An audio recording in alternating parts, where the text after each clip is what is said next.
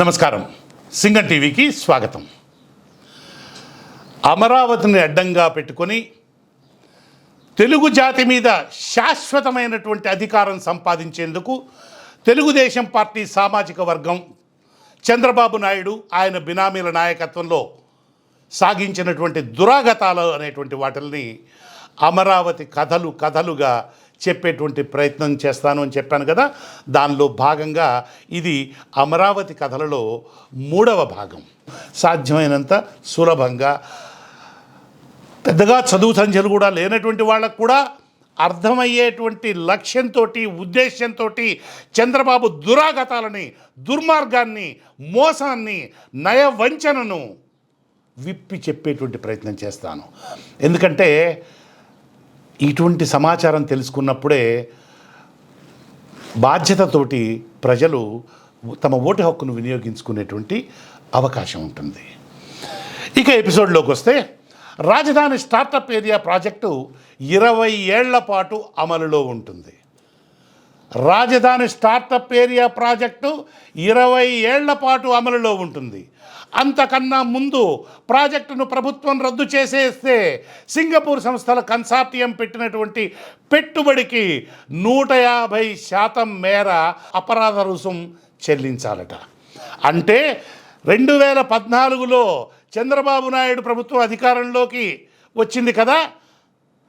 ఆ తర్వాత అంటే 2019లో కనుక వేరే ప్రభుత్వం కనుక వచ్చి చంద్రబాబు నాయుడు ప్రభుత్వం పోయి వేరే పార్టీ ప్రభుత్వం కనుక అధికారంలోకి వచ్చేట్లయితే వాళ్ళు ఈ ఒప్పందాన్ని ఉల్లంఘించేటువంటి అవకాశం లేకుండా చేయడం కోసం పన్నినటువంటి కుటిలమైనటువంటి కుతంత్రం ఇది. అంటే రాబోయేటువంటి ప్రభుత్వాలు దీనిని చచ్చినట్లు శిరసావహించేటువంటి విధంగా, వాళ్ళ మెడలు వంచేటువంటి విధంగా ఈ విధమైనటువంటి దుర్మార్గపు ఒప్పందాన్ని తెలుగు జాతి మీద నారా చంద్రబాబు నాయుడు అనేటువంటి ఒక వ్యక్తి దీనిని విధించాడు. అంటే శాపగ్రస్తులను చేయడం కోసం తన సామాజిక వర్గాన్ని పూర్తిగా ఆధిపత్యం ఇవ్వడం కోసం చేసినటువంటి ప్రయత్నం. ఇంకా దీంట్లో ఏమేమి కండిషన్స్ ఉన్నాయో చెప్తాను చూడండి. అంతకన్నా అంటే 20 ఏళ్ల కన్నా ముందు ఈ ప్రాజెక్టును ప్రభుత్వం రద్దు చేస్తే సింగపూర్ సంస్థల కన్సార్టియం పెట్టినటువంటి పెట్టుబడికి 150% మేర అపరాధ రుసుం చెల్లించాలట. ఆ సంస్థలు తీసుకున్నటువంటి బ్యాంకు రుణాలను ప్రభుత్వమే చెల్లించాలట. ఒకవేళ సింగపూర్ సంస్థల కన్సార్టియం ఈ ప్రాజెక్టు నుంచి వైదొలిగినా, అంటే తనవైన కారణాల వల్ల వైదొలిగిన ఆ సంస్థలు పెట్టినటువంటి పెట్టుబడిని 100% ప్రభుత్వం చెల్లించాలట. బ్యాంకు రుణాలను ప్రభుత్వమే, ఆంధ్రప్రదేశ్ ప్రభుత్వమే చెల్లించాల్సి ఉందట. పైగా ఈ విషయంలో ఏదైనా కనుక వివాదం కనుక తలెత్తేట్లయితే కోర్టు కూడా ఇక్కడ పరిధిలో ఉండదు. అంటే భారతదేశంలో ఈ వివాదం మీద వ్యాజ్యాలు నడిపేటువంటి అవకాశం ఉండదు. లండన్ కోర్టులో ఈ వివాదాలను, అంటే ఆంధ్రప్రదేశ్ ప్రభుత్వానికి సింగపూర్ కన్సార్టియంకి మధ్యలో కనుక ఏదైనా వివాదం తల ఎత్తేట్లయితే ఆ వివాదం లండన్ కోర్టులో పరిష్కరించుకోవాలట. అంటే రాజధాని స్టార్టప్ ఏరియా ప్రాజెక్టు 20 ఏళ్ల పాటు సింగపూర్ కన్సార్టియం చేతుల్లో ఉండే విధంగా ప్లాన్ చేశాడు చంద్రబాబు. మేనేజ్మెంట్ కమిటీని అడ్డు పెట్టుకొని తమ పథకాన్ని అమలు చేయడానికి ఈ టక్కరి ఎత్తులు వేశారు. ఎకరం భూమి కనీస ధర 4 కోట్ల రూపాయలు ఉండగా అదే ధరకు ఎవరికైనా సరే కేటాయించాలి అనేటువంటి నిర్ణయం తీసుకోగా ఎంతో కొంతపు నామమాత్రపు మొత్తాన్ని, అంటే ఓ 25 లక్షలు, 20 లక్షలు, 50 లక్షలు కలిపి అమ్మినట్లుగా చూపిస్తారని అనుకుందాం. అది మాత్రం వైట్ మనీ, మిగతాది అంతా బ్లాక్ మనీ. ఎకరం 20 కోట్లకు అమ్మినా అడిగేవాడు ఉండడు. ఎందుకంటే తమ చెప్పు చేతల్లో ఉండేటువంటి మేనేజ్మెంట్ కమిటీయే ఈ అమ్మకాల లావాదేవీలను చూస్తుంది కాబట్టి. మిగిలినటువంటి బ్లాక్ మనీ అంతా చినబాబు ద్వారా చంద్రబాబు చేతుల్లోకి వెళుతుంది. గతంలో చంద్రబాబు ఎంఆర్ విషయంలో కూడా ఇదే విధమైనటువంటి పద్ధతిని అవలంబించాడు. ఇదే తరహాలో మొత్తం భూమిని సింగపూర్ సంస్థల కన్సార్టియం చంద్రబాబు బినామీలు కొట్టేయడానికి ఒక భారీ స్కెచ్ వేశారు. రాజధానిలో అత్యంత ప్రధానమైనటువంటి ప్రధానమైనటువంటి ప్రాంతంలో ఇప్పటికిప్పుడు గజం తక్కువలో తక్కువ 40,000 పలుకుతుంది. ఎప్పుడు చంద్రబాబు అధికారంలో ఉన్నప్పుడు ఆ తొలి సంవత్సరాలలో, అంటే 2014, 15 ఆ ప్రాంతాల్లో ఈ లెక్కన ఎకరం విలువ 20 కోట్ల రూపాయల వరకు ఉంటుంది. ఇప్పుడంటే రేట్లు పడిపోయాయి కాబట్టి ఈ విలువ ఇప్పటిది కాదు. అప్పుడు రాజధాని ఎక్కడెక్కడ వస్తుందో అద్భుతమైనటువంటిది. రాజమౌళి బాహుబలి సినిమాలో చూపించినటువంటి గ్రాఫిక్స్ ఉంటాయి కదా, దానిని మించినటువంటి రాజధాని నగరం రాబోతుందని చంద్రబాబు నాయుడు దొంగ మాటలు చెప్తే ఆంధ్రులు వాటిని నమ్మారు. అప్పట్లో ఎకరం విలువ 20 కోట్ల వరకు ఉండేది. 20 కోట్లలో ఎకరం 50 కోట్లకు పైగా పలుకుతుందని సాక్షాత్తు అప్పటి ముఖ్యమంత్రిగా ఉన్నటువంటి చంద్రబాబు చెప్పాడు. ఈ లెక్కన ఎకరం 50 కోట్ల రూపాయల చొప్పున 1000 ఎకరాలు ప్లస్ 250 ఎకరాల భూమిని అమ్మితే 53,500 కోట్లను చంద్రబాబు అండ్ కో సింగపూర్ సంస్థల కన్సార్టియం సొమ్ము చేసుకోవడానికి రంగం సిద్ధమైంది. మొదట 50 ఎకరాలు, రెండో దశలో 200 ఎకరాల భూమిని సింగపూర్ సంస్థల కన్సార్టియంకు సర్కార్ కట్టబెట్టింది. ఈ 250 ఎకరాలను ఎకరం 50 కోట్ల చొప్పున అమ్ముకున్న 12,500 కోట్ల రూపాయల మేర ఆ సంస్థలు సొమ్ము చేసుకోనున్నాయి. ఎంత? 12,500 కోట్లు. సున్నాలు కరెక్ట్గా పెడితే వాడికి 1000 రూపాయల బహుమానం ఇద్దాం.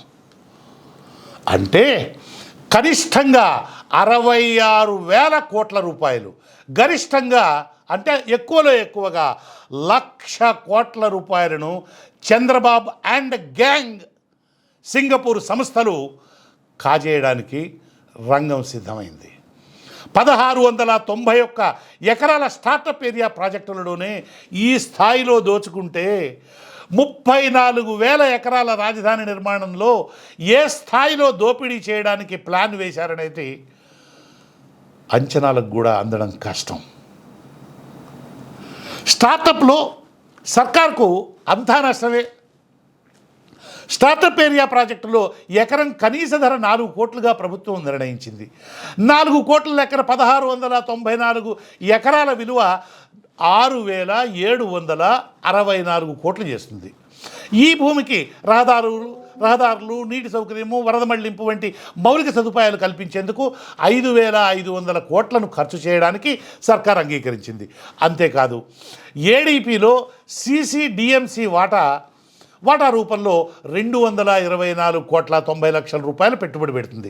అంటే మొత్తం 6,764 కోట్లు ప్లస్ 5,500 కోట్లు ప్లస్ 221 కోట్ల 90 లక్షల రూపాయలు మొత్తం కలిపితే 12,485 కోట్ల 90 లక్షల రూపాయలను ప్రభుత్వం పెట్టుబడి పెడుతుందన్నమాట. అయితే అందులో సర్కారుకు వచ్చేది మాత్రం శూన్యం. 1691 ఎకరాల భూమిని ఉచితంగా ఇచ్చి 5,500 కోట్లతో మౌలిక సదుపాయాలు కల్పించి ప్లాట్లు అభివృద్ధి చేయడానికి 3,137 కోట్ల రూపాయలు తనే బ్యాంకు గ్యారంటీ ఇస్తుంది ప్రభుత్వం. ఈ వ్యయాన్ని తనకు వచ్చేటువంటి వైట్ మనీలో నుంచి మినహాయించుకొని మిగిలినటువంటి మొత్తంలో 58%, 42% నిష్పత్తిలో CCDMC సింగపూర్ కన్సార్టియం పంచుకుంటాయి. అంటే వైట్ మనీని సర్దుబాటు చేసుకొని బ్లాక్ మనీని పూర్తిగా కొట్టేసేందుకు మేనేజ్మెంట్ కంపెనీని ఉపయోగించుకుంటారన్నమాట. ప్రభుత్వం పెట్టినటువంటి ఖర్చు కూడా వచ్చే అవకాశాలు లేని పరిస్థితి. ఇందులో మరో విచిత్రమైనటువంటి విషయం ఏంటంటే, కారు చౌకగా భూమిని కొట్టేయడం ఒక వ్యక్తి అయితే దాని డెవలప్మెంట్కి, దానిని అభివృద్ధి పరిచేందుకు, అక్కడ మౌలిక సదుపాయాలు కల్పించేందుకు ప్రభుత్వ ఖజానా నుంచే 6,637 కోట్ల రూపాయలకు పైగా నష్టం రాజధాని నిర్మాణంపై స్వప్రయోజనాలే పరమావధిగా ప్రభుత్వ పెద్దలు ప్రయత్నం చేశారు. సింగపూర్ ప్రైవేట్ కంపెనీలకు అపరిమితమైన లబ్ధి చేకూర్చుతూ భూములు ఇవ్వాలన్నటువంటి రైతులను దగా చేసేటువంటి ప్రయత్నం చేశారు. ప్రభుత్వ రంగ సంస్థలకు ఒకవైపు ఎకరాకు 4 కోట్ల రూపాయల ధరతో ఇంతకుముందే చెప్పాను, ప్రభుత్వ రంగ సంస్థలకు కూడా ఎకరా 4 కోట్ల రూపాయల ధరతో భూములను కేటాయిస్తూ సింగపూర్ కంపెనీలతో మాత్రం కలిసి 1691 ఎకరాలలో చేపట్టనున్నటువంటి స్టార్టప్ ఏరియా అభివృద్ధి ప్రాజెక్టుకు భూమి మార్కెట్ విలువ ఎకరాకు 12 లక్షలని తేల్చిపారేశారు. 47 కోట్ల మేర stamp duty, power of attorney, stamp duty మినహాయింపులు కూడా ఇచ్చి పారేశారు. FCI, LAC, LCI, NABARD, bank of India, Syndicate bank, New India insurance company, Hindustan petroleum, Indian oil corporation వంటి ప్రభుత్వ రంగ సంస్థలకు రాజధాని అమరావతిలో ఎకరాకు 4 కోట్ల రూపాయలతో ధరతో భూములను కేటాయించారు. సింగపూర్ కంపెనీలకు కూడా ఇదే ధరకే భూములు ఇస్తామంటూ సీఎం చంద్రబాబు పలుమార్లు ప్రకటించారు. స్టార్టప్ ఏరియా డెవలప్మెంట్ ప్రాజెక్టు పేరిట సింగపూర్ కంపెనీలకు అమరావతిలో 1691 ఎకరాలు కేటాయించారు. ముఖ్యమంత్రి చెప్పిన ప్రకారం అయితే ఈ భూముల విలువ 6,764 కోట్లు, కానీ ఎకరాకు 12 లక్షలు మాత్రమే నిర్ధారించడంతో ఈ భూముల విలువ కేవలం 140,62 లక్షలు మాత్రమే అవుతుంది.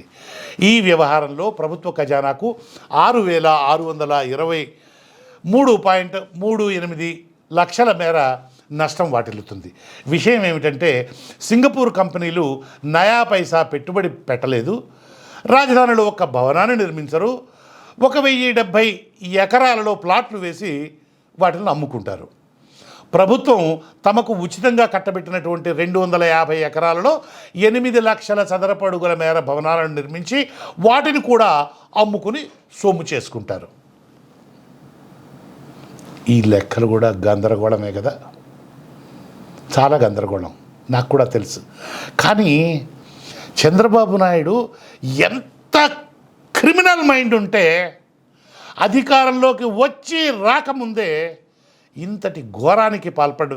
ఎందుకంటే 2014 జూన్ 8వ తారీఖున ఏమో చంద్రబాబు పదవి స్వీకార ప్రమాణం చేశాడు. బహుశా అధికారం తమకు రాబోతున్నది అని ముందుగానే ఊహించి ఈ కుట్రలు కుతంత్రాలన్నీ కూడా రెడీ చేశాడేమో, నాకైతే తెలియదు. ఎందుకంటే లేకపోతే ఆయన దగ్గర రెడీమేడ్గా ఉంటాయో, అవసరం వచ్చినప్పుడు బయటికి తీయడానికి, ఏది బ్యాగుల్లో నుంచి పెట్టెల్లో నుంచి బయటికి తీయడానికో.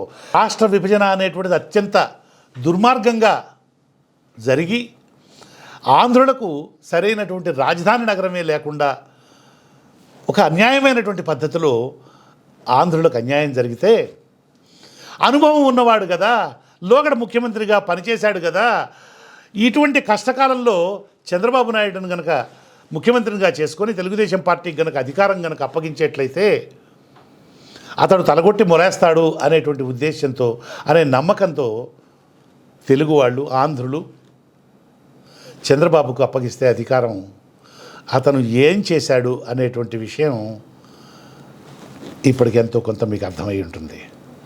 కులాలకు అతీతంగా, జాతులకు అతీతంగా, మతాలకు అతీతంగా ఈ ద్రోహాన్ని, చంద్రబాబు అండ్ గ్యాంగ్ చేసినటువంటి ద్రోహాన్ని అర్థం చేసుకునేటువంటి ప్రయత్నం చేయాలి. ఇటువంటి వ్యక్తి ఇప్పుడు మళ్ళీ మీ దగ్గరికి ఓట్లు అడగడం కోసం వస్తున్నాడు. ఇంతకుముందే చెప్పాను కదా, అటు పవన్ కళ్యాణ్ని, ఇటు భారతీయ జనతా పార్టీని అడ్డం పెట్టుకొని, అంటే కనుక శిఖండిని కనుక అడ్డం పెట్టుకొని అర్జునుడు యుద్ధం చేసినట్టు, అర్జునుడు కాదులేండి నిన్న బృహన్నలే, బీజేపీ మాటున, పవన్ కళ్యాణ్ మాటున దాగి ప్రజల దగ్గర నుంచి వాళ్ళ ఓటు రూపంలో అధికారాన్ని తీసుకునేటువంటి ప్రయత్నం చేయబోతున్నాడు చంద్రబాబు. కాబట్టి ప్రజలంతా అప్రమత్తమయ్యి విచక్షణతోటి తమ ఓటు హక్కును వినియోగించుకోవాలని నా విన్నపం.